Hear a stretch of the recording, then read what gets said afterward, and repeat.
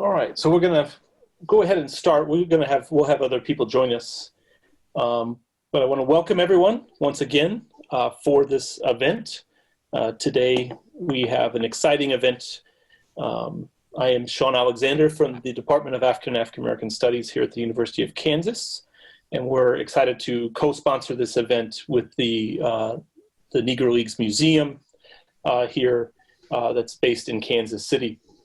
And we have three wonderful scholars joining us this evening that will talk to us about the league and the history of Black baseball. And we want to acknowledge also that this is one of the reasons that we chose today is this is Rube Foster's birthday on September 17th, an important day to remember as well. One of the founders of the main section of the league. I also want to let everyone know that the chat is shut off, but we have the Q&A section. So if you use the Q&A section, we will come around and bring in the questions as we move through the progress of what we're doing this evening. What we're going to do is the participants in the panel, the panelists will speak for 8 to 10 minutes, roughly, a little bit less, a little bit more, giving general thoughts about certain aspects of the leagues. And then we will discuss amongst each other some questions that may have arisen, and then we will go to question and answer is the idea. And today, in the order of presentation, we have Leslie Heffy, who is the author of a number of books and currently the editor of Blackball, but the author of Satchel Paige and Company, Black Baseball in Chicago, and a number of other things. We also have Adrian Burgos from the University of Illinois, who is the author of Playing America's Game, Latinos in the Color Line, and also Cuban Star, How One Negro League Owner Changed the Face of Baseball.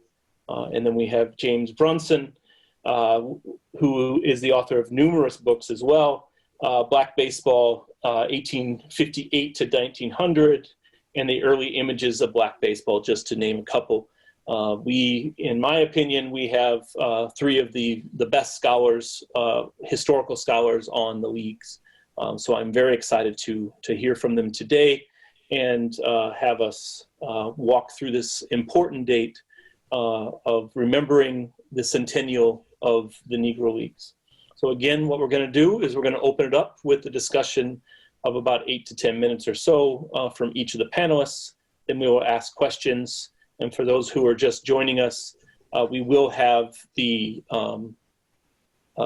Q&A open, not the chat. And I will monitor those Q&As and bring those questions to our panelists as we move forward. So without further ado, Leslie, will you take us away?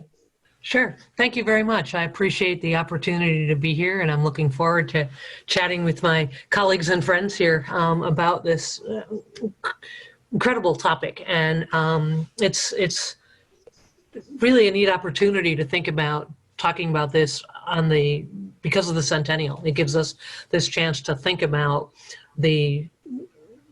what happened and the importance and sort of the legacy of the Negro Leagues, which officially started in 1920. And so thinking about it from the standpoint of a little bit of background before and sort of an overview, because it's an opportunity to really think about the history, the stories of the incredible men and women. And for me, that's a interestingly key part of all of this is to remember the stories of all the men and women who participated.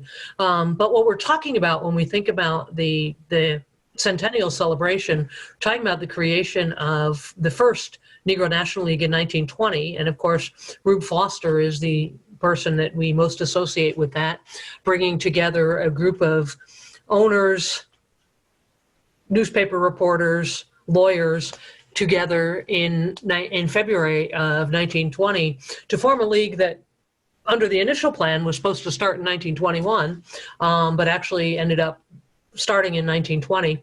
And that particular story is a fascinating one, and I always think it would have been really cool to be a fly on the wall when they all met and to hear how they worked, and particularly to think about how they reacted when Foster walked in and basically presented them with a contract and everything and said, here's what we're going to do.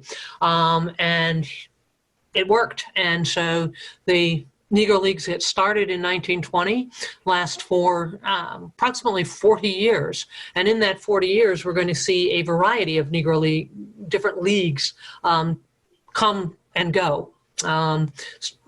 The Negro National League is the first one. That same year, of course, we see the formation of the Negro Southern League, which is a fascinating story in and of itself, often seen as more like by some as more of a minor league to the Negro National League. A lot of players who got their start there and then moved up the ranks into some of the more well-known teams, Monarchs, Pittsburgh Crawfords, et cetera, et cetera. When you look at how the Negro Leagues sort of grow and develop, it's fascinating to see the addition of, by 1923, a second league, which allows it to the opportunities to see things like a Negro League World Series, which starts and continues all the way through the late 1940s. And then the Negro Leagues really reflect a lot of what we see in the larger context of American history. So anything that you can think of that was affecting from the Great Migrations to the Great Depression are going to have an impact on the Negro Leagues in their rise and their fall, in the teams coming and going, in and out of league formations. And then in 1933, we see a major addition with the creation of the East-West All-Star Classic, taking place primarily in Chicago, but a second one some years in New York City. So opportunities for thousands and thousands of fans to come out and see the great players of the Negro Leagues, and to not only get to vote for their players and then get to come out and see them play. And the Negro Leagues in the late 30s and into the 40s, some of the best teams that you could possibly imagine. Lots of stories that rival, a murderer's row in the Negro Leagues, just as you have in the major leagues. And then obviously the story as we move into the integration with Jackie Robinson and others in the 1940s, in direct reflection in part to World War II. And then with the integration of the Negro Leagues in the late 1940s, you see changes again in team makeups and things like that. And to me, I've always been fascinated with the Negro Leagues with sometimes, I guess you could say, the lesser stories, the teams that aren't as well known, the barnstorming, the larger picture of black baseball. And some of that fascination and interest led me to discover, when I first started looking into this, another part of the story that sometimes gets overlooked, and opportunity to think about it from the standpoint of not just the men who participated, but also the women. And it's a bigger story than most people are aware of.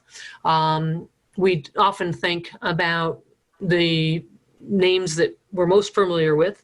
Effa Manley, elected to the Baseball Hall of Fame in 2006 as currently the only woman who has been elected to the Baseball Hall of Fame, owner of the Newark Eagles, with her husband Abe from the 1936 till she sold the team in 1948, and all of the connections that she had to both baseball and her use of her position in baseball to open up opportunities for social and civic engagements using the platform that she had.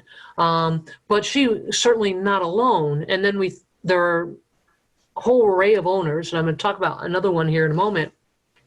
And then, of course, the three players that most of us hear about, Tony Stone, Connie Morgan, and Mamie Johnson, who all played in the 1950s for the Indianapolis Clowns and the Kansas City Monarchs, with Mamie being maybe more well-known than some of the others. People may remember stories about her a few years ago when she got the opportunity and the chance to sit down and chat with Monet Davis when she pitched in the, that to me was a wonderful opportunity to sort of see past and present get to meet and talk and mentor and inspire one another. And so, but Mamie, of course, pitched in the 1950s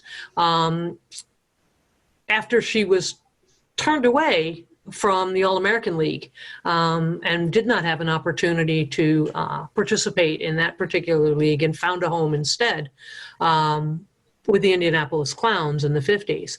But those stories, and this is what are just the tip of the iceberg. And it's really important, I think, to realize that the story of Black baseball in general, but focusing a little bit more on the women's side, is much bigger. And in actuality, if we step beyond the Negro Leagues, it goes back into the 19th century with the Dolly Vardens playing in the 1880s and takes you all the way through to the end of the 1950s.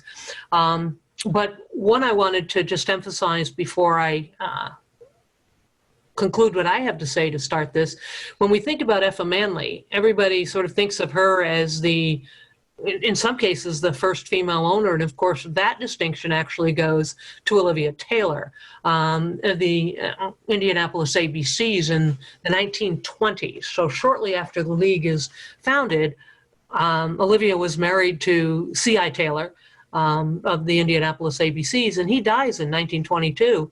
And Olivia takes over the ownership of the team.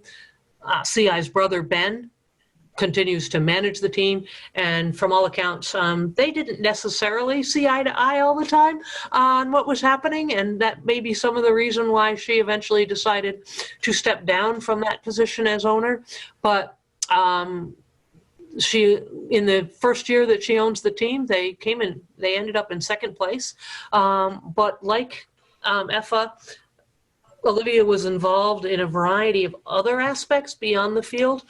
So not, and most importantly, with the Indianapolis chapter of the NAACP.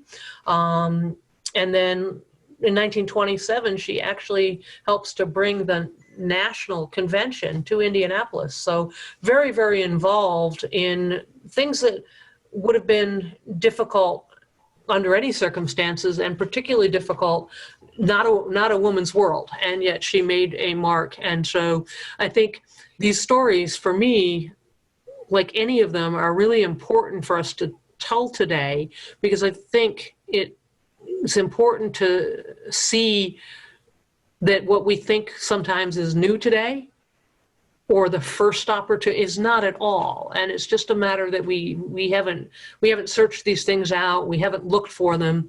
And I hate to say it, but they're important, because we've all heard and listen to this cliche that if you don't see yourself in it, you don't think you can do it, right? And so recognizing that there's a much broader history, and when you start to fill in some of these stories, we realize that there's a lot that many have missed out on, and that the story then of baseball in general, and in a larger sense American history, is missing a great deal. And these are opportunities to fill in those stories. So that's where I'll stop at this point. Very good. Adrian? All right, thank you for the opportunity to participate on this panel, to see friends once again. Even though we are not able to see each other in person, via Zoom is great as well.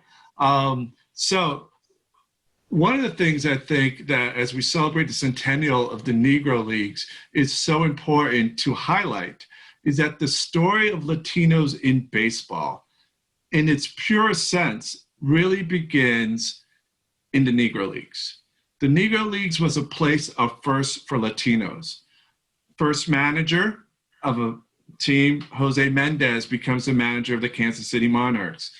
First Latinos to be an owner of a major team, when you have them participating from the very beginning of the founding of the Negro Leagues.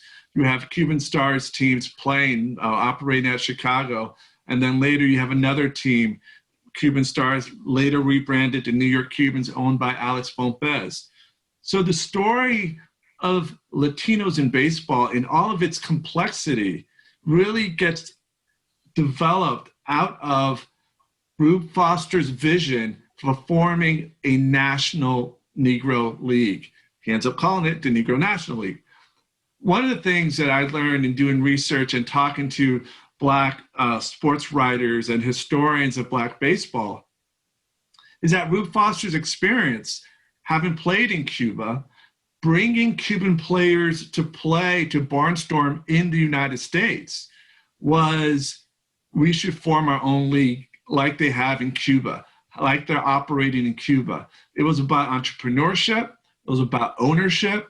It was about creating an institution for African Americans in the United States and others who are being excluded from Major League Baseball and all of its affiliated leagues. So Foster's vision, and what I enjoyed doing when I was in the archives looking at this story, was he always had, and the Negro National League was not his first attempt to form a Negro League. And so I saw in Chicago at the Historical Museum his incorporation attempt of an early version of the Negro Leagues. There was already a Cuban Stars team that he had included in it in 1908. And in later iterations, as he's trying to form that league that finally gets up and going in 1920, you constantly see there is a team of Latinos, of Cuban players from the island who are part of his vision. And to me, that is such a different way of understanding the baseball history of Latinos in America's game, because they're included at the beginning.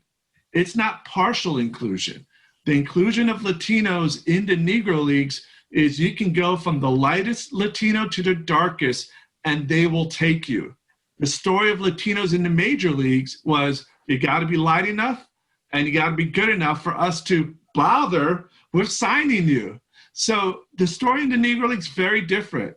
It's about baseball excellence. And that is where we get in 1920, Cristobal Toriente, Strike Gonzalez, Jose Mendez, these great Cuban players who are then distributed across the Negro National League, so that if you're in Kansas City, you get to see Cuban players. If you're in Detroit, you get to see Cristobal Toriente.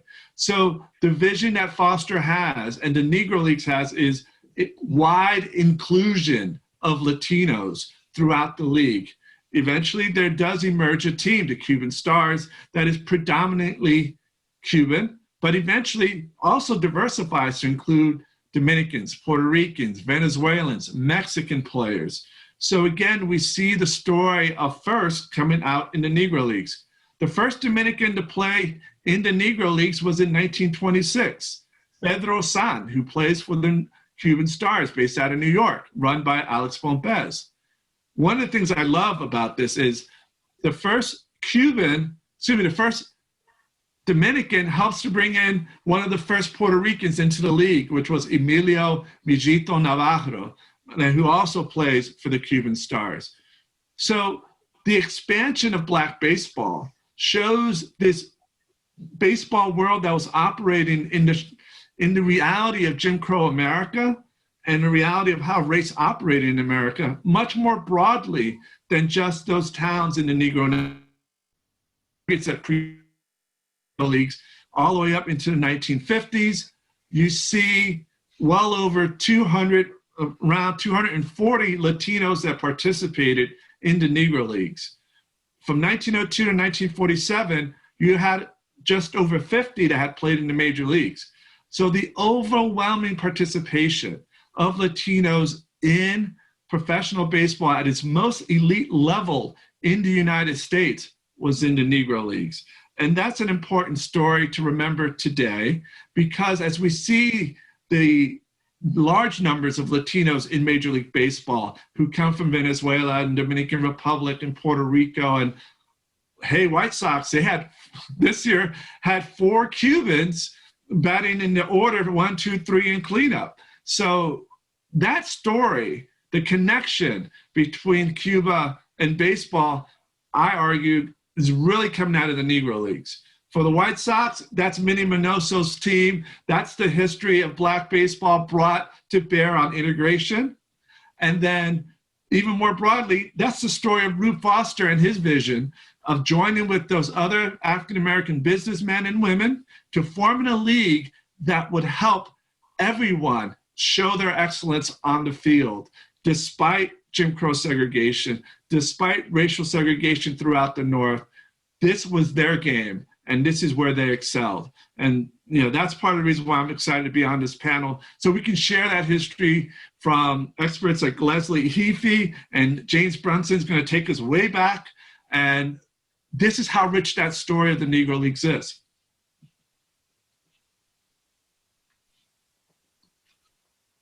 Thank you, Adrian. And I think he laid the ground there for you, James. You're going to take us way back. So, well, I'll take you back as far as I can go.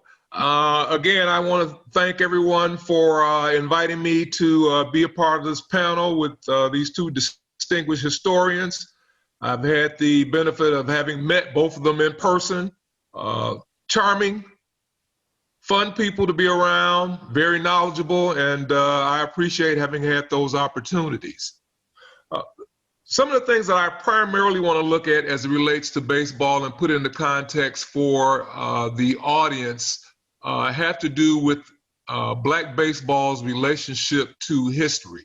We really can't separate Black ball players and Black ball clubs in the 19th century from 1858 through 1900 from the history that forged them. For example, if we looked at the Negro Leagues, and it has been argued by some historians and taken up as a thesis that if there was a soundtrack to be associated with the Negro Leagues, it would be jazz. Some might even argue that by extension, it would be the blues. I would argue that there are two musical forms that occurred in the 19th century that overlapped that have very much to do with Black baseball. One of those being blackface minstrelsy, which we are well associated with those negative connotations, which I won't go into, but if somebody's interested, we could perhaps talk about that. And the blues. I'm working on a project now. It's titled The Blues People, and it's looking at the relationship between Black baseball in the 19th century and blues music and blues forms. But getting back to the time period that holds my rapt attention, one of the things I want to point out up front is that Black baseball, for those that organized clubs and those that traveled around the country to find teams to play with, baseball was as much tied to leisure, the leisure class, the ability to have leisure time to play, as well as money or being a team or person of means. And the Black middle class, as we know it at that time, consisted primarily of individuals who were either barbers or waiters, individuals who worked either in hotels or in restaurants, and saloon keepers, those individuals that operated saloons. And intimately tied to saloons, many of them, was the gambling profession. And it's important for us to understand that a lot of those early Black teams, particularly in the 1870s and 1880s, they were able to migrate across the country and play and compete against other teams because they had the leisure time as well as the means to finance the club, provide hotel accommodations, means, and put some money in their pockets. Now, one of the earliest Black baseball teams that we know of is the St. Louis Brown Stockings, who were organized in 1871. Now, of course, I'm sure everybody on the panel is well aware that the orthodoxy, at least from Cooperstown, is that the Cuban Giants were the first professional team. And if that's the orthodoxy, fine, but it's just not true. We know at least a few other teams that were professional as well.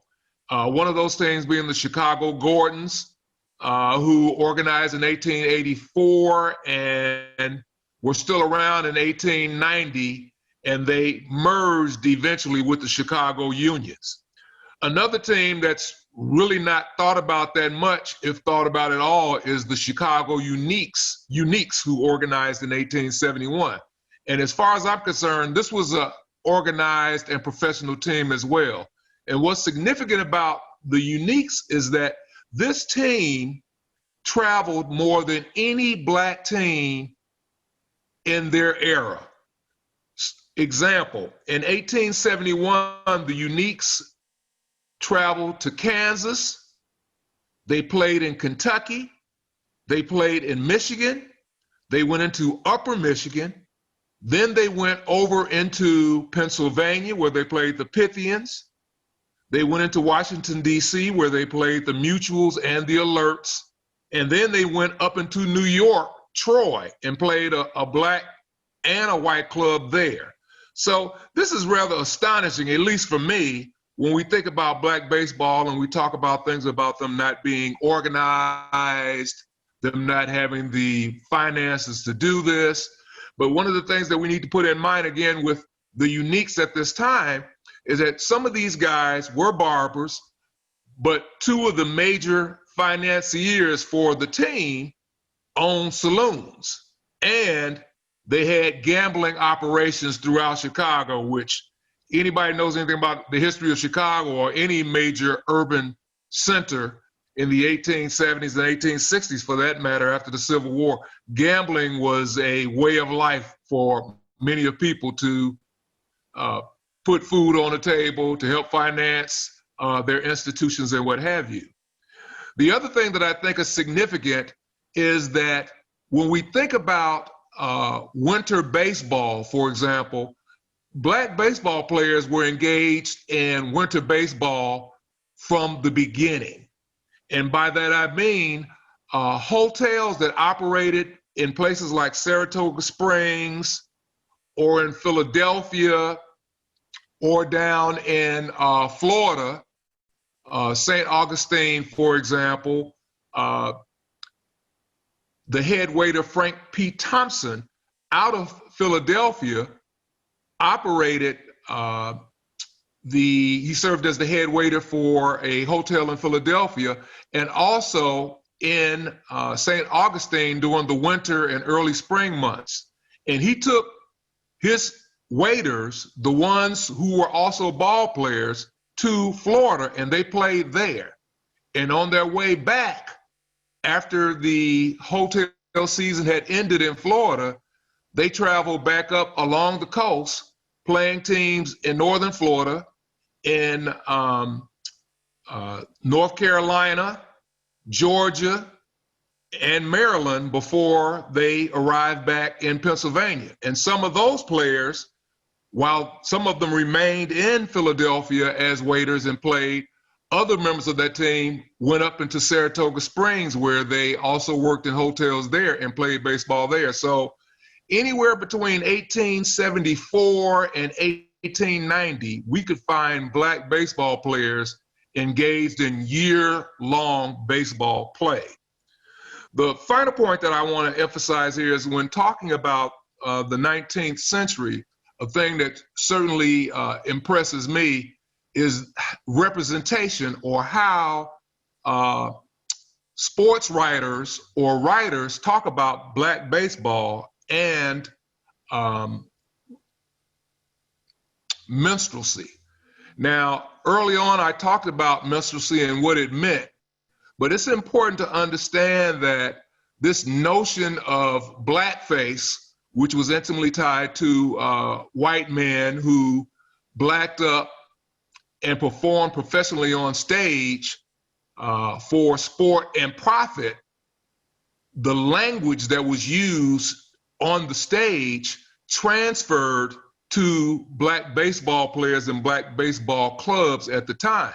So you have sports writers writing in Negro dialect quite often when they're referring to black baseball teams or talking about baseball players, black baseball players who were engaged in the game on the diamond. So from my vantage point, anybody that's interested in writing seriously about the history of black baseball in the 19th century, I think it's important to really dissect or deconstruct what you're reading, because you can easily get caught up in the entertainment value that the reporter or the writer is indulging for the benefit of the reader. But it's important to also point out is that these things are intimately tied to, again, not only minstrelsy, but also the Negro dialect literature that was emerging at the time. And without a doubt, the premier writer at the time was Mark Twain. So whenever you're reading and doing that research on black baseball at the time, the notion that these players or these teams weren't as good, weren't serious, they were clowning, or they would use coded language that made reference to them being minstrels, it's important to really dissect that out, because most of these teams, at least the ones that I've come across, were not minstrels. They did not see themselves as minstrels. And it's important to make certain we tease out what is fact and what has been constructed for the benefit of a 19th century reader.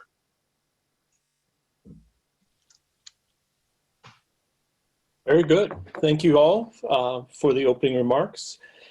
Any questions from the panelists first to each other? And what we're going to do, for those who've joined us a little late, we're going to ask a few questions of each other for a few minutes here, and then we're going to open it up to Q&A. The chat function is shut off, but the Q&A function is alive and well, and I will monitor that and get the questions to our panelists after here a few minutes. Does anyone have any questions for each other? Well, I guess I would ask Adrian a question with relationship to 19th century black baseball. Have you come across any recent research on black players who may have traveled to Cuba or played in the Caribbean during the 1870s or 1880s or 1890s?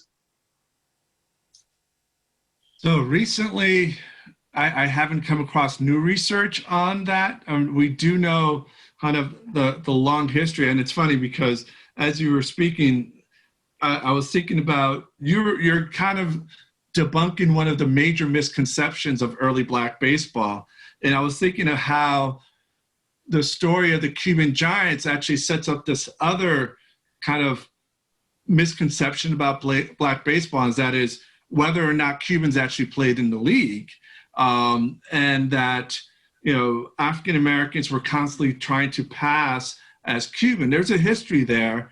But what we often forget was, in fact, as you're asking now, there was this exchange between the US and Cuba. And so prior to 1898, Cuba is still a Spanish colony. And the Spanish colonial rulers were constantly trying to shut down baseball, because Spanish saw, and they actually were kind of right, that baseball was a connection between those on the island and the United States. It was a cultural connection, but it also spoke towards the idea of Cubans creating their own culture, national idea, and nationalism. And so there wasn't an extreme amount of movement between Cuba and the United States, except for when there was wars as people sought to flee. What I do know is you do see in the 1880s, and some of the research I had done as well, that you have African Americans who are traveling between Havana to be specific, and Key West. And then similarly in Tampa. And we see African Americans and Cubans, Afro-Cubans more particularly, playing baseball against each other. I wrote this article, so many years ago, but it was about the very first Afro-Cuban baseball tournament that took place in Cuba was in 1887. And that's only within months of of what was called the abolition of slavery. The transition months, Afro-Cubans were playing baseball in their own tournament in Cuba. And then as they migrated between, and there was actually a ship line that went from Havana to Key West to Tampa, back down to Havana. And that's why you would see these interactions between Cubans and African Americans in these places. So that's what I would think. Question I had, and you kind of, James, dealt with this, so I'm going to turn it to Leslie, is what was like the major misconception about the history of the Negro Leagues that you had to kind of deal with in developing your kind of historical argument and angle to why we should appreciate the Negro Leagues?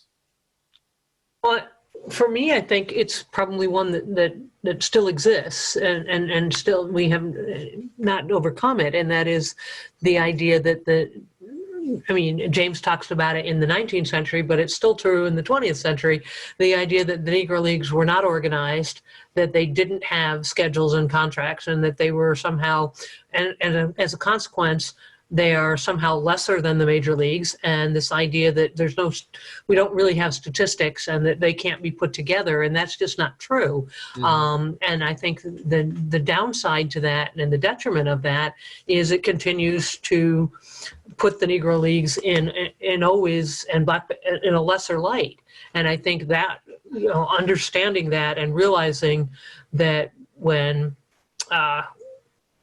they were called a racket and things like that just was not an accurate portrayal. And so much of that is due, to the way stories are written in the newspapers and continue to be, and the way they taught and the language being used. And so I think that continues to be one of the, and the great new book that just came out, The Negro Leagues Are a Major League, is another attempt to finally address that particular ongoing sort of idea that they were far less, there were no contracts. And, and I guess related to that for me is the idea that somehow Jackie Robinson just sort of sprang out of nowhere, right? That there was nothing, and he didn't stand, and that there were no, the idea that there were no players before that they could, and so, and a lot of people, that also is another common thing that you hear people, and they just don't think about it. And if you stop and think about it, it just doesn't make any sense, right? Yeah. But I think those would be the two. And as you were answering, I was just recalling, and I know all three of us have dealt with this. We are so grateful for the digitization of Black newspapers, because that has helped us so much in recovering the history that we told wasn't there. It was there. It was in the African-American newspapers that were published in small towns or in like the Chicago Defender, the Pittsburgh Courier, the big ones. It's there. It's just part of the task. It takes a lot of work to get to it. So digitization has helped us be able to retrieve more of that history. Well, and it's not just, to your point, Adrian, it's not just small Black newspapers, but it's also small white newspapers, because a lot of the coverage is when they travel through smaller communities. Exactly. And remember that the reporters don't go with them. And so you're going to, you leave one town and you're going somewhere else. And that's where you're going to, I remember when I was doing research way back when, when I was working on my dissertation, I was working in Toledo, and I was looking in for another project unrelated to, in a Polish newspaper. And I was looking for something in pictures because I don't read Polish. And I'm skimming through all these papers, and they're all in Polish, except one article leaps out at me because it's written in English. And I was like, and amazingly, it was about the Toledo Crawfords, written in English in a Polish newspaper, because they had come to play in the neighborhood. I think that's an excellent point, too, Leslie, that we really need to think about when we're doing this type of research or encouraging people to do the research. Never leave a stone unturned. Never take for granted anything where you're going to get information from. One of the things you talked about, these Black clubs being organized in the 20s, 30s, and 40s, and so on. one of the things that remains astonishing for me to this day, when I was collecting team rosters, and again, when I have conversations with people who are willing to listen to me drone on about it, is to get them to understand that just because you got a roster with 9 players on a team for a game in 1882 doesn't mean that's the entire team. You know, that's 9 guys. There may be another 10 guys that were moving in and out playing with that club. The other thing that's fascinating when we talk about organization is I'm just, again, it just overwhelms me and it warms my heart at the same time when I uncover rosters with the lists of officers for these teams in the 1860s. These people were organized. They were literate. They could write. They've got recording secretaries. They got individuals corresponding secretaries. For anybody to think that these people weren't organized, they are either in disbelief or they're really not even interested in to try and understand what this is about. And there's so much work to be done with black baseball, period. But in the 19th century, oftentimes, and I suspect it's equally difficult in the 20th century, is you got to be willing to put in the work. You have to do the work. And if you're not interested in doing that, this is something that you don't want to do. Agreed. So I got a question that I'm just going to throw, just because, you know, to both Adrian and James. As James points out, it takes work, but we're all intrigued by the stories, right? And the stories that we find. And so for those who are listening to us, I'm curious if you either have a particular story that you that resonates with you, that you really enjoy, or one that in all your research really surprised you that you would want to share. Well, Adrian, I'll let you go first, and I've got at least 2 in my head right now. I'm going to whittle it down to 1. All right. Thank you, James. Man, what's interesting to me is, they're the stories. One of my favorite stories was told to me by Charlie Rivera, who was a New York Puerto Rican. New Yorican is how we refer to him. His mom was from Puerto Rico. So Charlie, I was in his apartment in Co-op City in the Bronx. And for much of his career, he was a reserve shortstop, a backup second baseman. And he starts telling me the story because everybody who played in the 20th century, it seems like, has a Satchel Paige story. So his Satchel Paige story was that in 1938, he caught Satchel Paige in the Puerto Rican Winter League when they played together for Guayama. And I knew Charlie played with Guayama, and I knew he was an infielder and not a catcher. And so I'm like, all right, Charlie, I'm saying in my head, tell your story, because lots of Negro League players have great stories. Some are not true. But Charlie tells his story, and I'm like, wow, that's fascinating. Fast forward 3 months. I'm in Puerto Rico, and I was interviewing a collector. His name is Juju Ruiz, and he's a big-time collector. He has tons of Clemente stuff, and he's like, Adrian, would you like to see, I just acquired the scorebook for the 1938 Guayama baseball team that played in the first season of Puerto Rican baseball. Would you like to see it? I'm like, sure, I would love to see it. I open it to the first game, and I see Rivera, position 2. And I was like, oh my goodness, Charlie was not lying. He caught Satchel Paige because Bill Perkins had gotten hurt, and the regular Puerto Rican who was supposed to catch was scared to catch Satchel Paige. And Charlie's like, I'll do it. And he said catching Satchel Paige was the easiest thing he ever did on a baseball field. Because Satchel says, don't worry about what signal, just put the glove up, don't move it, I'm gonna hit it. And he said that's what he did. It was 1938, huh? 1938. Wow. He was at the height of his powers then. Yeah. Goodness. Well, the story that intrigues me, I'm kind of like Leslie in the sense, I like these obscure players who really don't get a lot of attention. And again, it's primarily because, nobody's done any deep digging as it relates to them. There's a ball player from Chicago. His name was William Albert Robinson. And Leslie, she heard the Chicago presentation. I talked about him then.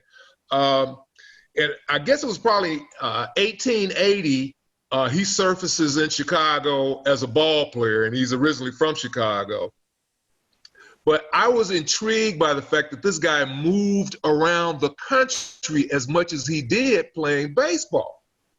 So when I was doing research on him playing for a team called the Garden Cities, which is a team that anticipated the Gordons, 1881 to 1883, the Garden Cities played in Chicago.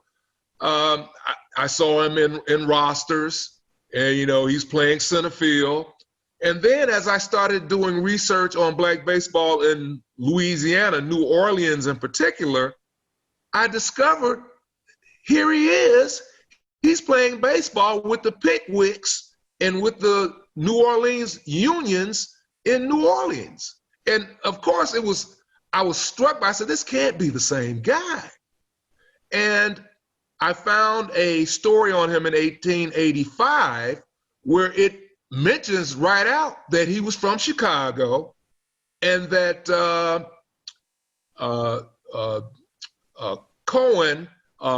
Lewis Cohen, who was the player manager for the Pickwicks and later the Pinchbacks, recruited him often to come down and play high stakes games in New Orleans. But it even got better. Robinson was so well received there that he brought several players back from New Orleans to come to Chicago, and they played with the Gordons in 1884 and 1885. So again, this communication network that was taking place is really fascinating. And again, one final point, I even found Robinson playing at Saratoga Springs in one of the hotel resort baseball games. So here's this guy who, as obscure as he is, he must have been a well-received, well-known player at the time. And he's playing center field, and for what that's worth, he must have been pretty fast and he must have been pretty good. Cool. I'm very happy with this because this is exactly what Ray and I thought it would be, right? It's a discussion of the Negro Leagues looking at the centennial of 1920 to 2020, but at the same time, we're talking about aspects of the league that no one else has been talking about, right? We're talking about the history of the league before the league. We're talking about women's involvement. We're talking about Latino involvement. We're broadening that discussion even beyond the limited elements that people often know, and this is fantastic. I have one question just in general, and then I want to bring in some of the questions that we're getting in the Q&A, mainly because I love her story. So you guys can all talk about that, but Leslie, mainly for you, talk about Effa Manley a little bit and her story and who she is, and her strength as that owner. I think it's important for people to know that and realize her importance.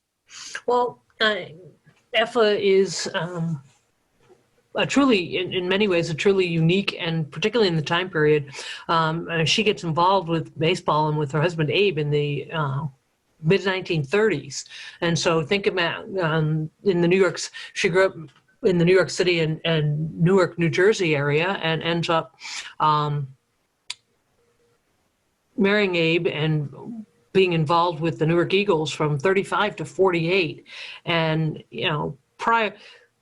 prior to her even getting involved with baseball, she was already very much involved in efforts in her community to support efforts for individuals to be able to work in different places. And she's going to carry much of that into her position. And as a as an owner of a baseball team, I mean, she just loved baseball, as her as her gravestone says today. That's what it says on it. But she also understood and used very well her position, and understood that this was something that she could use to improve the life of both the fans and her team. And so, she supports all kinds of things, everything from the don't buy where you can't work kinds of campaigns. She has anti-lynching kinds of efforts at the ballpark.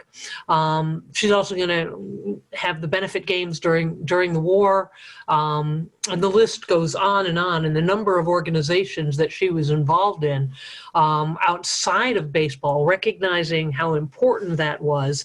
But also then within the baseball world, I mean, again, I don't think people were really thinking about 1930s, 1940s America, a woman in baseball, right? It's unusual today.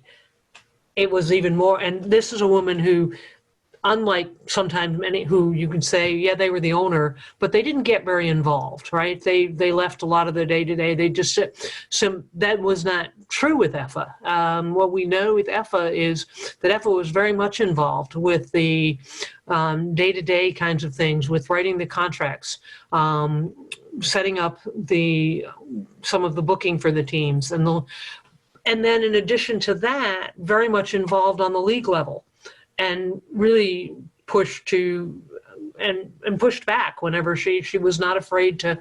And to that point in the 1940s, when we talk about the aspect of integration, right, Effa plays a significant role there as well, because the issues of major league teams paying for or not paying for the players they took out of the Negro Leagues, Jackie, right, there is no, and Effa basically said, that's not going to happen, you're going to pay us, or you're not going to take my players.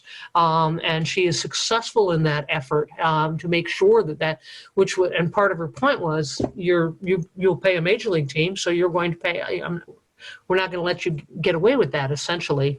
And so at every opportunity that she could, she stood up for, and usually her players, the underdog kind of, she wasn't afraid to take on those kinds of roles, and seems to have managed it without, from everything you read, certainly, did she ruffle feathers? Absolutely. But they generally respected her. Her players certainly did. She wanted her team to look good when they were out, so she insisted that they made sure they washed their uniforms and they always represented the Newark Eagles well when they were out in the community. These were kinds of things that were important to her. And so I think all of that sort of helps tell the story of what she contributed and how important she was to the Negro Leagues and to baseball in general. Fantastic. Anyone have anything to add on Effa?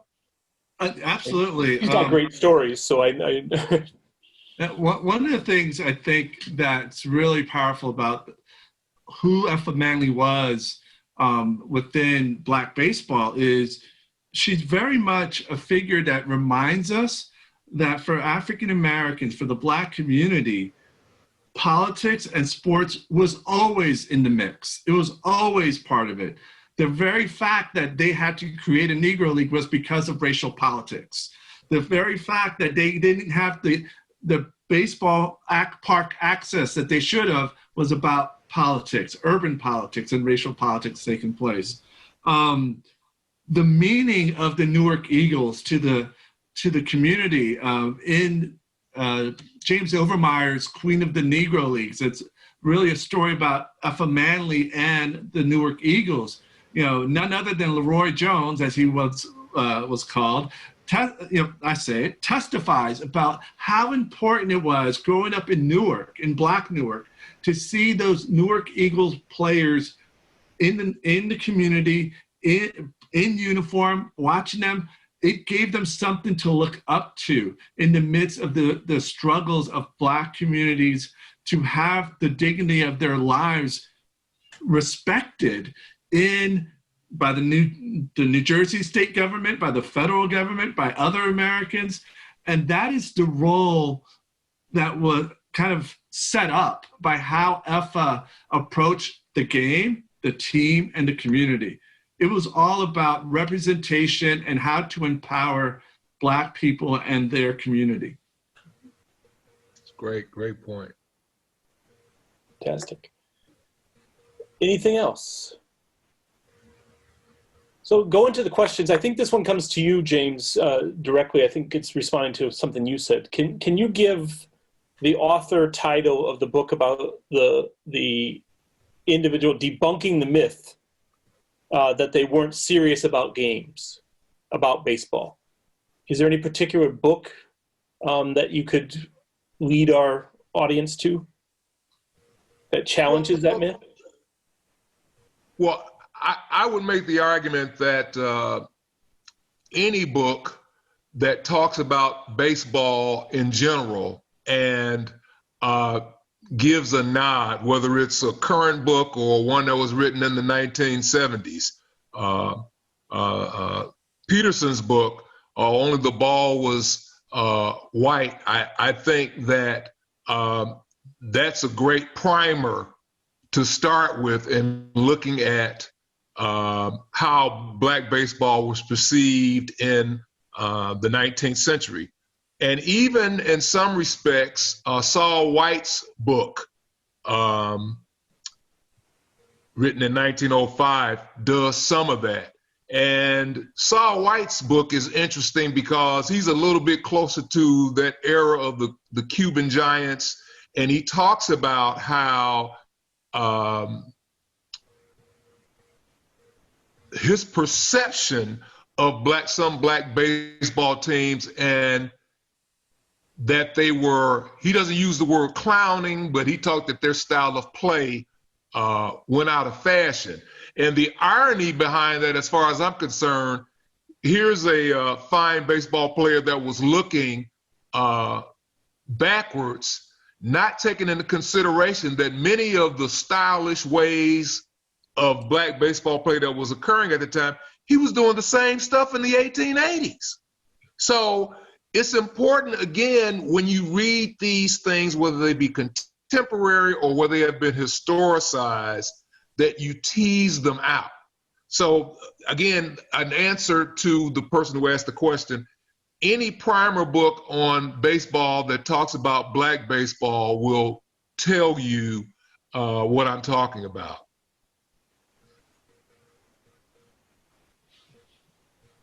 Thank you. So that was from Tom Evans. I'll say their names. So Jacoby Hawkins asks a question here. Of course, there was more money for the better players to gain by going to the major league. But ultimately, how detrimental was the integration period to the black community, considering that it would eventually dissolve the leagues and other aspects of the community?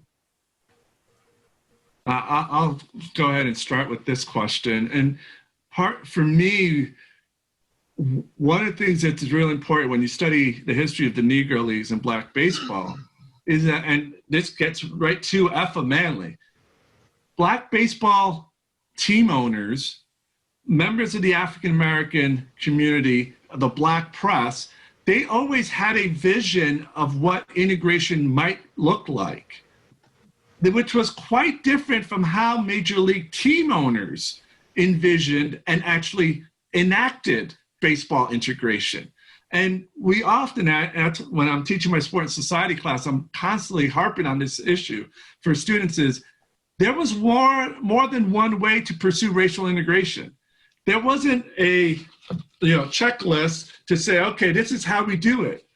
And so what we actually see then is that white major league team owners and the commissioner decided basically to keep out African Americans and Latinos at the management level. They did not give them a seat at the table. They purposefully would freeze them out. When Effa Manley and Tom Wilson showed up at the office of the head of the National League, George Troutman, in downtown New York City, Lower Manhattan, he kept them waiting. He didn't want them to have a seat at the table. And so part of how integration as implemented by Major League Baseball led to the dismantling of black baseball was because of the conscious decisions by team owners, by league officials, not to have African Americans and Negro League team owners participate as stakeholders in that process of integration. It was one-way integration on the field. And even Jackie Robinson, who wanted to manage, the man that Branch Rickey decided was the man to be the integration pioneer in the major leagues, no team in the major leagues decided he would be the man to be the first manager in organized, black manager, I should say, in organized baseball. Jackie's dream was denied.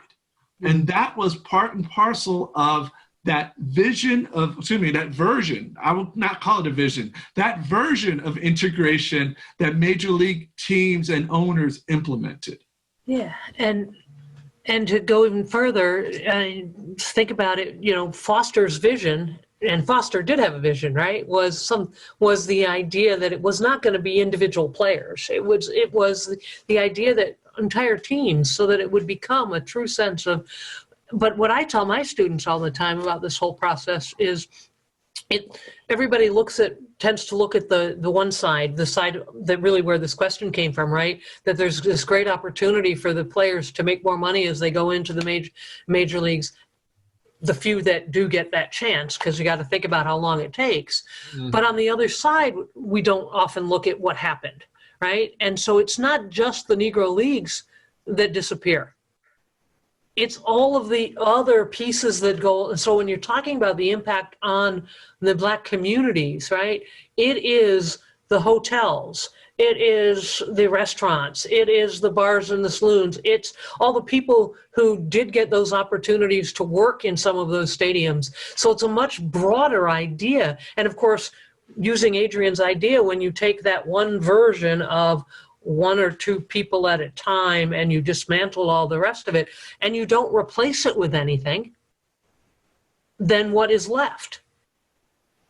And of course, you take away all of these opportunities for advancement and bringing money into these communities, and you take it all away and replace it with nothing. That's the impact that sometimes doesn't get looked at in terms of the way this all happened. It's great points. Great points. If I could jump back in, because Leslie's comment reminded me of this article that John Thorne had written about in doing research. He and Jules Tygeel had done research in the Branch Rickey papers of the start of integration. And under one version of what Branch Rickey was going to do, it wasn't going to be just Jackie Robinson. It was going to be Jackie, Campy, and another player, I forget right now who the third player was. He was going to integrate with 3 players. The problem was 2 of the players were with the Eagles. And Effa Manley was like, you're not stealing my guys. You will pay me.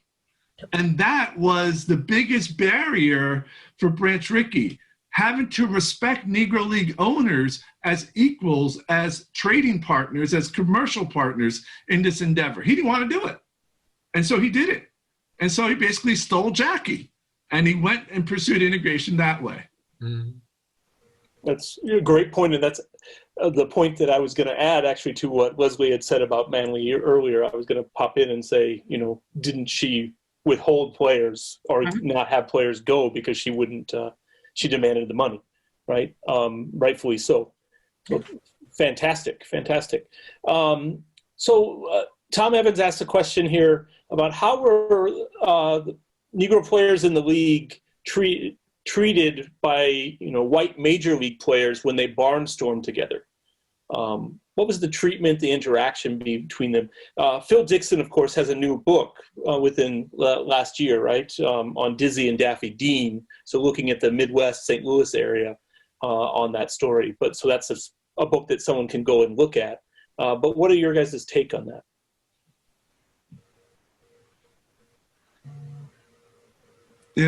It's interesting on the one hand because we as individuals often want to latch onto the stories of like how Pee Wee Reese put his arm around Jackie and those stories of fraternity. when, it was very difficult to gain acceptance as a teammate, as a player, as a person for African Americans and for Afro-Latinos who were coming into the major leagues as pioneers. When Larry Doby hits that home run that helps the Cleveland Indians, get that much closer to the World Series championship in 1948, we have the wonderful picture of Steve Gromek hugging him.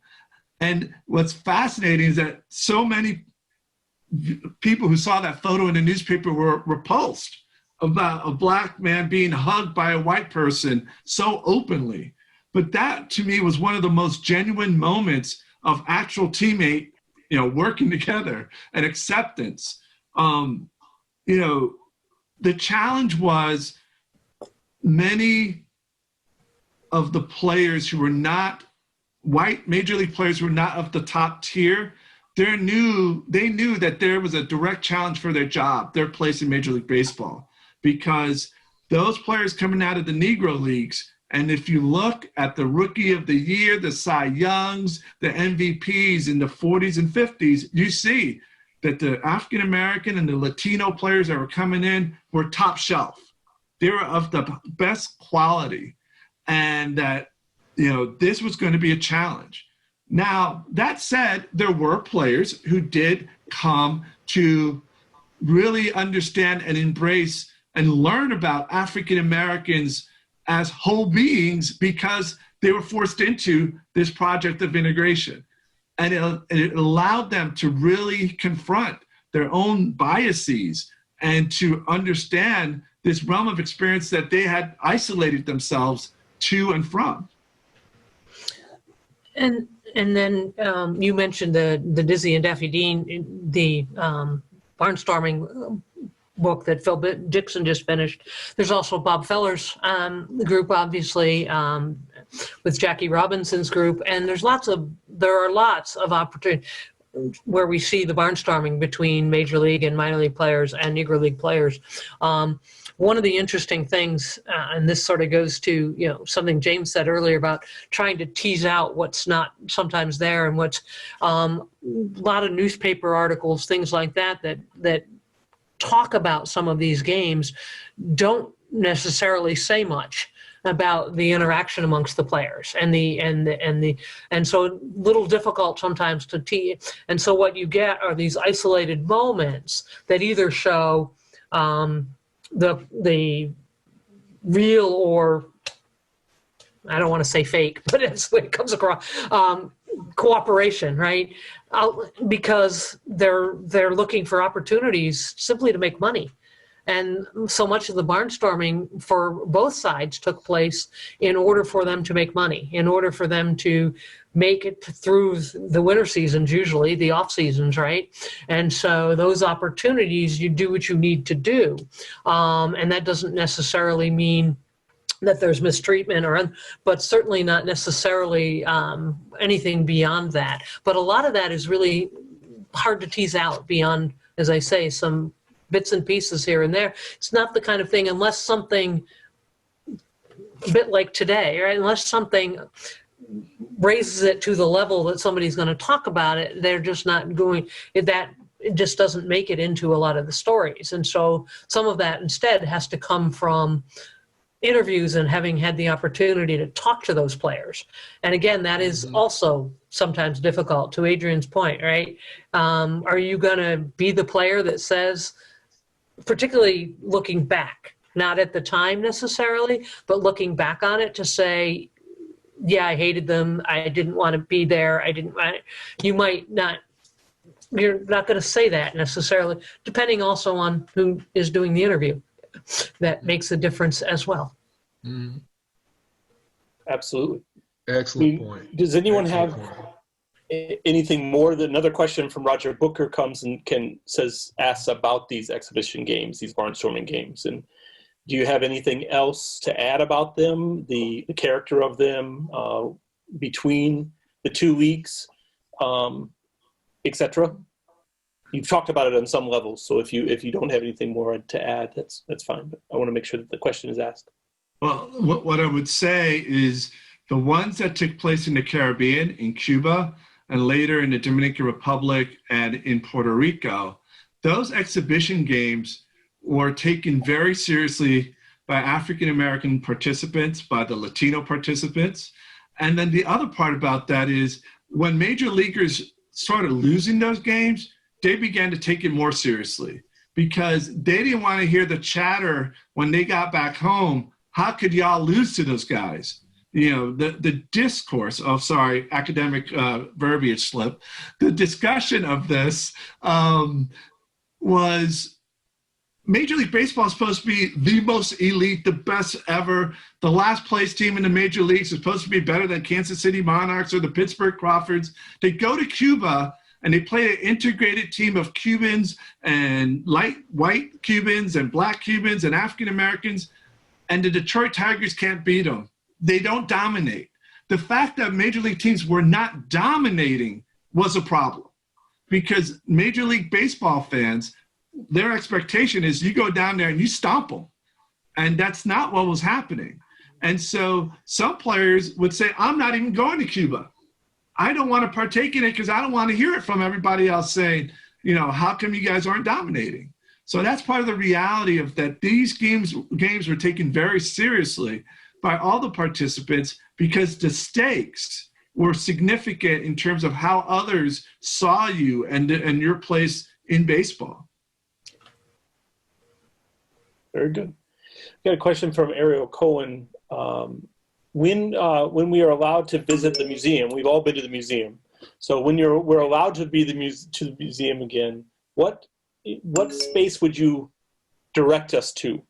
What's your favorite spot, if you will? I guess is really the question in the museum that you would say you cannot miss this. I would say anything with Josh Gibson personally, but that's my two cents. So. I guess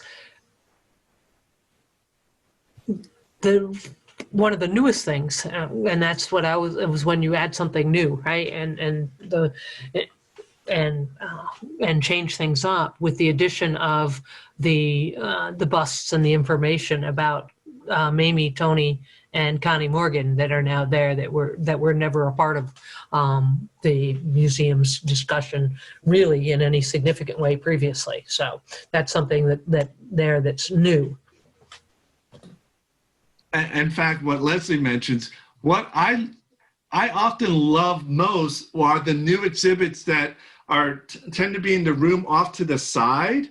That's where Raymond Doswell and his crew have curated new materials. They had a Latino baseball in the Negro Leagues exhibit that talked about Louis Tiant's father who pitched for the New York Cuban Stars. And like, that's where they get to update the story quite a bit.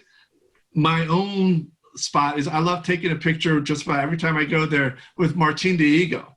So they have the infield where they have the statue set up, and you know, Martin Diego is a man who was probably the greatest baseball player that most fans have never heard of. He's enshrined in the Hall of Fame in Cuba, the Cuban Americans Hall of Fame that they have in Miami, but also in Mexico, Dominican Republic, and in Cooperstown, and in Venezuela, actually. So this guy was one of the most incredible ball players, and just to kind of stand there and to be like, you know, this is what Black baseball brought into the United States.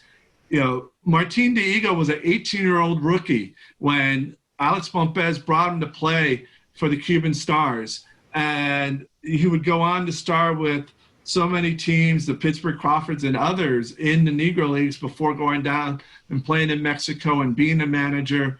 And it's just like, for me, that story of the Negro Leagues gets encapsulated in the opportunity that it created for someone like Martin Diego. Well, I love the film documentaries. Whenever I'm down in Kansas City and go to the museum, I just love to sit there, and I always take in the Kleenex. It just never fails to overwhelm me each time I see it. I never get tired of looking at those documentary films. They're just fascinating.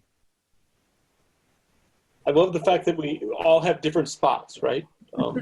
We all have different spots, which is great. Do you have one, Sean? I like the Josh Gibson thing. I love the field. The Cool Papa Bell. for me if I'm going to be on the field, right? I will say a little tidbit. There was a time that Claire Smith was in town and talking about Jackie Robinson, and one of our boys got up to ask a question at the time. He was probably, 9, 10. And he asked a great question. He asked, and it's a question that maybe we can ask if we have time at the end for all of you. Alive or dead, what is the one baseball player that you would want to have interviewed, right? That you never were able to interview?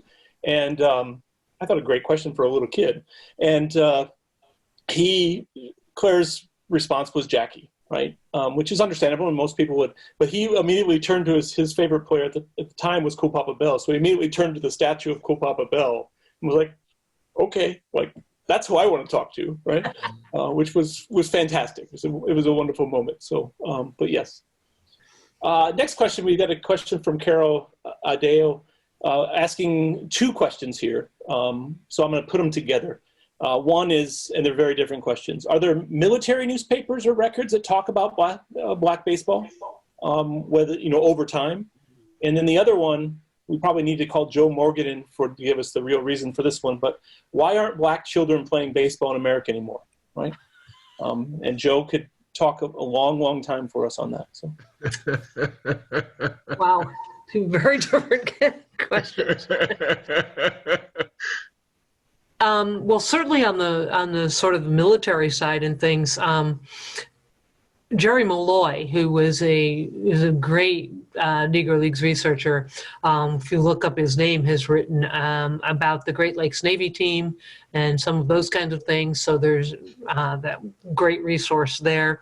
The Stars and Stripes newspapers covered some of those games as well, and so you will find information there. So those are just 2 right off the top of my head that come to mind. The second question she asked is, in fact, the way I often approach this question is thinking about Major League Baseball has not invested in building up the infrastructure of baseball within African American communities. Baseball has gone into a predominantly pay-to-play system when it comes from age 4 basically to age 18. You are paying for travel, for coaches, and that makes it much more expensive. It is much more economical for an African American family to have their sons play football, because when it comes to football, the middle school or the high school is providing the equipment, and so that cost is subsidized in how they can pursue football. Basketball is a different story. The other part, one of the biggest mistakes that Major League Baseball did was in the 1970s and 80s and into the 90s was believing that every African American athlete was just going to want to be Jackie Robinson. When those in the African American community understood the sacrifice, the pain, the physical toll that being an integration pioneer took on Jackie, and they're like, why would I want to do that? Like, seriously, why would I put myself through that in Major League Baseball if Major League Baseball is not changing? They're not embracing African American baseball culture. They're not bringing this into the game. And so how many here's the story I like to share. I went to high school in Pompano Beach, Florida at Ely High School. It's a football powerhouse. One of the assistant football coach there was Felix Chin Evans. And I played baseball at Ely. And what I did not know while I was there was that Felix Chin Evans was a great pitcher for the Memphis Red Sox and the Atlanta Black Crackers in the Negro Leagues, who played in multiple East-West Classics. He had nothing to do with the baseball team because he understood in the late 1980s, if you're going to impact the lives of young Black boys as they become men, you have a better chance of getting them into college and into professional football than you did because of the pathways that had been established from Ely High School to University of Florida, University of Miami, all these Bethune-Cookman, Florida A&M, all these HBCUs and football powerhouse. That infrastructure had been dismantled by Major League Baseball because they didn't hire, except for Buck O'Neill, John Donaldson, Chet Brewer, they rarely hired African Americans to be employed scouts, not just bird dogs, employed by the team. And that is why men like Felix Chin Evans, like, I can work over here and really impact the lives of our youth as they move forward in a way that I can't do in baseball. Baseball doesn't want me. And that's been the challenge. And this is we're in the legacy of that right now. Yeah.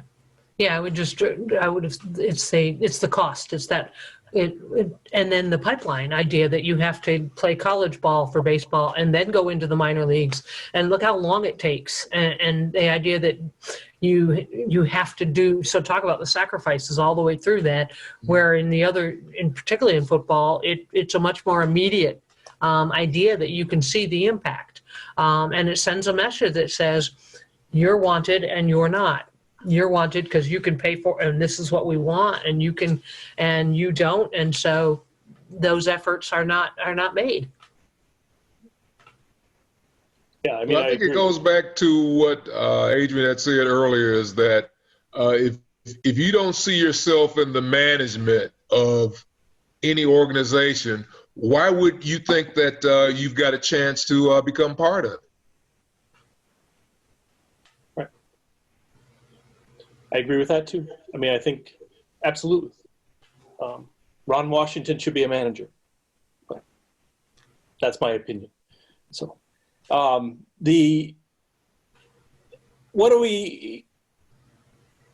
question. I think we do have to think about the track that people are put on, and how this sports in general. We've moved away from rec leagues, right? We've moved away from community leagues, and it's become more and more AAU, pay for play type of things, and it's drastically changed sports in general, I think, for youth, but particularly baseball and how that's changed. There's no longer, you also need 9 people, right? Or you need more than, you don't always need 9, but you need people, and you need a field to play.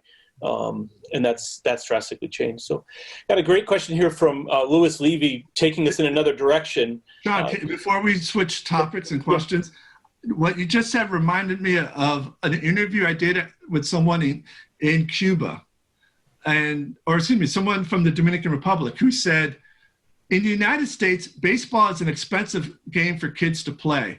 In the Dominican Republic, all you need is a sock ball and a stick. And part of that is really we've made it a very expensive endeavor in the United States. And in other societies, it's seen as poor people's sport.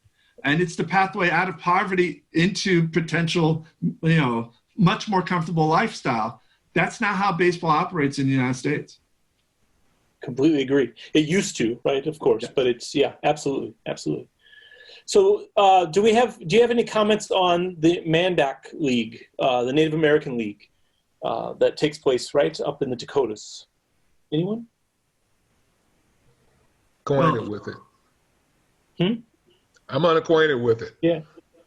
There's a great book if they're looking for Mandak League, Haven for Former Negro Leaguers, I think is what the subtitle is.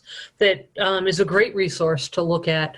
But the Mandak League, haven't done a lot of research into that league, but what I do know is there's a significant number of Negro League players who that becomes their home. That is as far, and the opportunities to play for significant number of years in the Mandak League, as opposed to playing here in the United States and playing on minor league teams, and partly because I think the number helps in terms of, and then of course it reinforces the simple idea that that's where Jackie went to play for his first season was in Canada and not here, and moving out of some of the direction, and so, but that that particular book is the one I'm most familiar with that does a pretty good job of really laying out some of the connections and the great players who found their way into the Mandak League. Now, what Leslie notes is that the Mandak League was where that starting player on a Negro League team who was 32 years old when the teams begin to collapse and the league begins to shift around and didn't have a job anymore, the Mandak League took them in and they could play there. Whereas most minor league teams wouldn't sign them.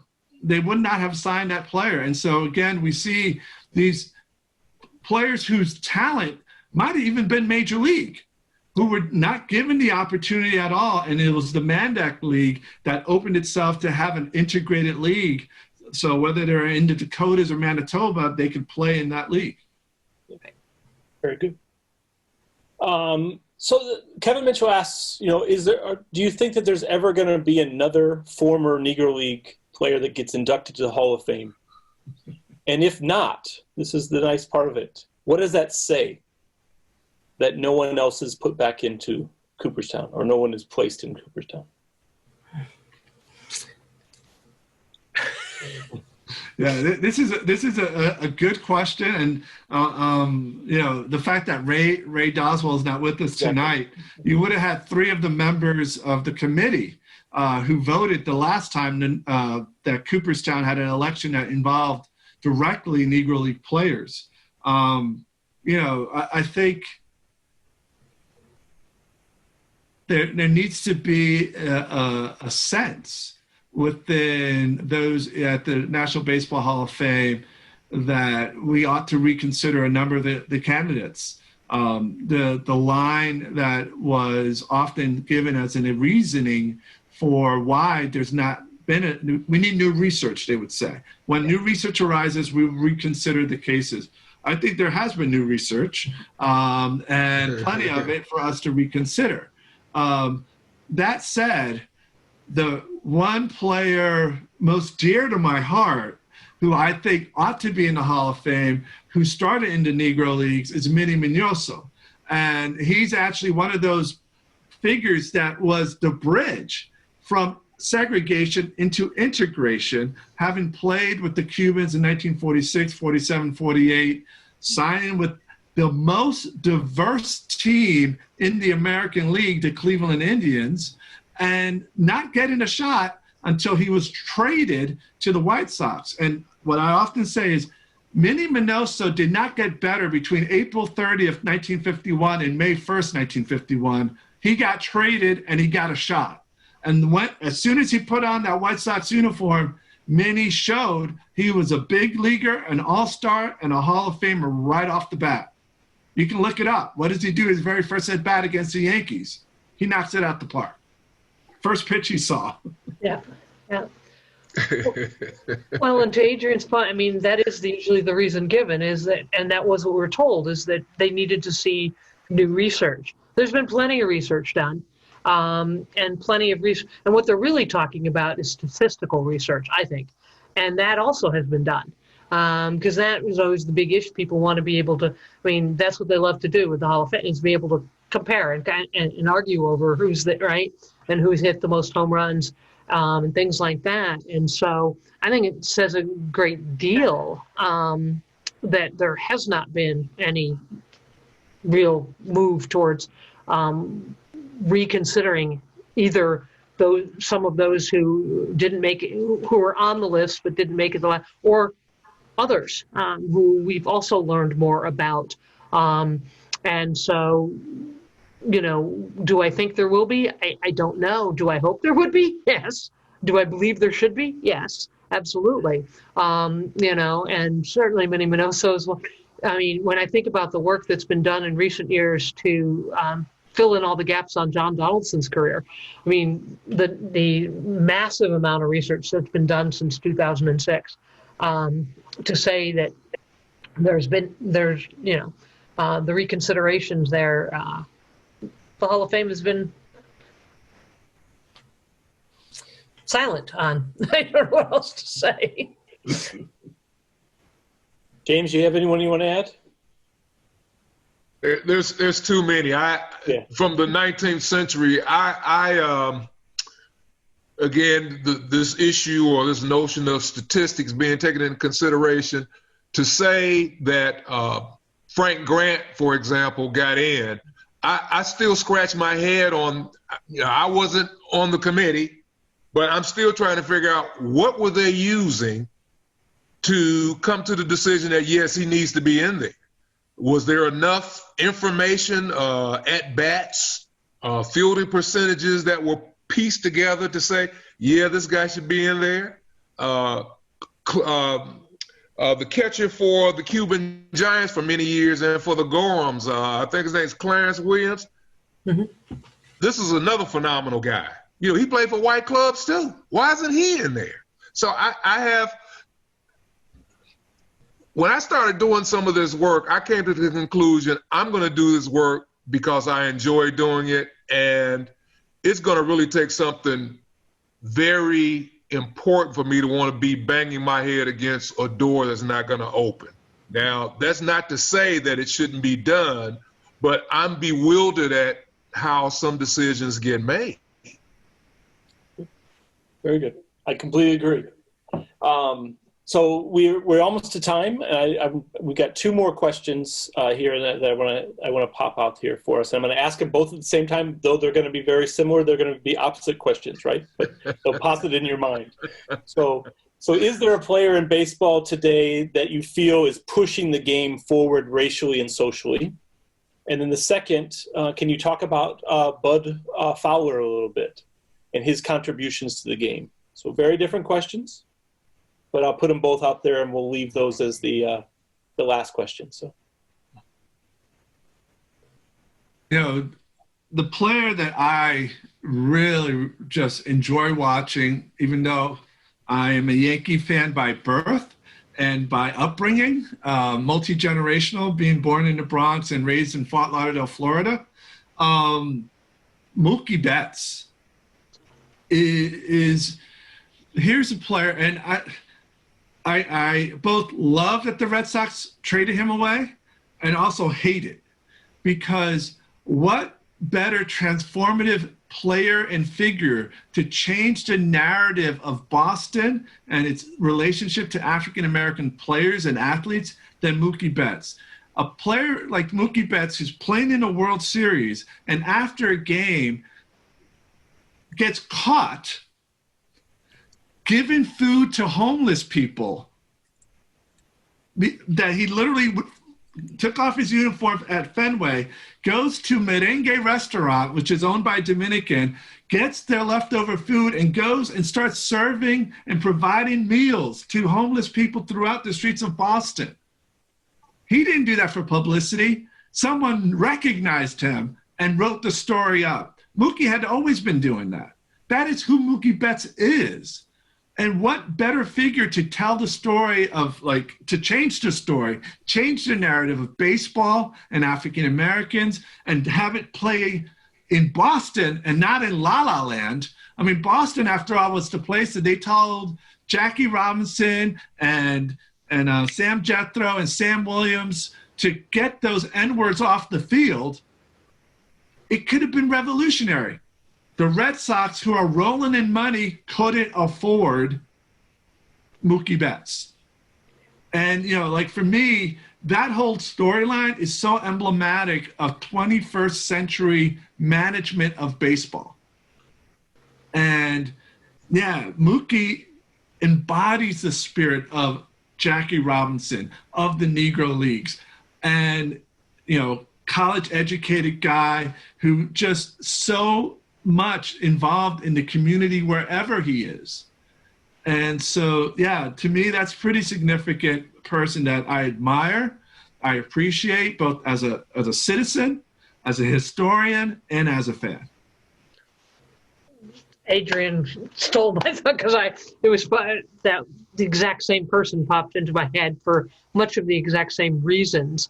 And thinking about, the long history that Boston has, and the opportunities missed by letting him go is unfortunate and sad. But because of who Mookie is, he will still continue to do what he has always done. It just changes the nature of the narrative with him not being in Boston. But I think certainly he epitomizes all of the things that you would want and we need to see. And unfortunately, a missed opportunity there in terms of, but he'll continue to do what he has always done. As he's already shown just in the short time he's been gone from Boston. Good. James, do you want to add a contemporary person, or do you want to talk about Bud a little bit for us? It goes back to your time, right? Yeah, well, Bud Fowler is one of those fascinating characters of baseball in general. Certainly, black baseball in particular. He played, name a state, and he probably played there. And again, it's one of those things where you talk about somebody that should be considered for the Hall of Fame, and you've certainly got records for this guy. And this guy worked from as a manager, as a player. He played several positions. The guy pops up in Colorado. He pops up in New Mexico. He pops up in California. He's in Indiana. He's a remarkable figure as far as I'm concerned. And when I use the word character, I'm not using it loosely. This guy put together some schemes. You know, he imagined himself as a business person. He wanted to own and operate a baseball team, but he was also a literary guy. This guy, he wrote plays. He was a wrestler. So he's one of those figures, and I think there's at least one biography out that's on him, but he's a person that you could probably have 3 or 4 different books on him, and he needs to be given more serious consideration. And if it's statistics that you want, I'm sure there are more than enough available to give you some insight into his pitching, into his fielding at second base or at third base. He did that, or as a batter.